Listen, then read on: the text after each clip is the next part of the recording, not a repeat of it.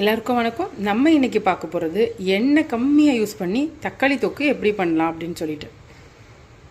அதுக்கு நம்ம ஃபஸ்ட்டு தக்காளியை சுட்டு எடுத்துக்கலாம். நல்லா சுட்டு எடுத்துக்கணும். இப்போ அதுக்கு மேலே இருக்க தோலை எடுத்துட்டு நல்லா மசிச்சு எடுத்துக்கலாம். எண்ணெயை ஆக்சுவலி ரொம்ப நல்லதில்லை, ரீயூஸ் பண்ணாதீங்க. ஏன் அப்படின்னு சொன்னால் அது நம்ம ரீயூஸ் பண்ணும்போது எண்ணெயாக இருக்காது, அது கெமிக்கலாக மாறிடும். அது லிவர், ஹார்ட் இதெல்லாம் டேமேஜ் பண்ணும்.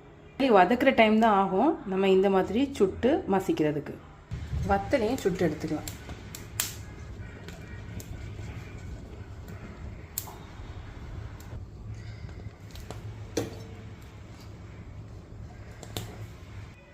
இப்போ 1/2 ஸ்பூன் வெந்தயம், 2 ஸ்பூன் கடுகு, இதை நல்லா வறுத்து எடுத்துக்கலாம். கடுகு பொடிக்கிற சவுண்டு கேட்குது. இப்போ நம்ம ஸ்டவ் ஆஃப் பண்ணிடலாம். மிக்ஸி ஜாரில் இதை எடுத்துக்கலாம். அது கூடவே நம்ம அரைச்சி எடுத்துக்க வேண்டியதான். மசாலா அரைச்சி எடுத்தாச்சு. இப்போ தாளிக்கிறதுக்கு 2 ஸ்பூன் எண்ணெய் போட்டுக்கலாம். கடுகு உளுந்து போட்டு தாளிச்சிக்கலாம். வத்தல் போட்டுக்கலாம். பூண்டு போட்டுக்கலாம். கொஞ்சமாக கருவேப்பிலை போட்டுக்கலாம். இப்போ தக்காளி ஆட் பண்ணிடலாம். கூடவே கொஞ்சம் புளி தண்ணி ஊற்றிக்கலாம். ஆயில் அதிகமாக யூஸ் பண்ணும்போது heart problem, digestive issue, skin problem, முக்கியமாக வெயிட் கெயின் இதெல்லாம் ஆகும். இப்போ நம்ம மசாலா ஆட் பண்ணிடலாம்.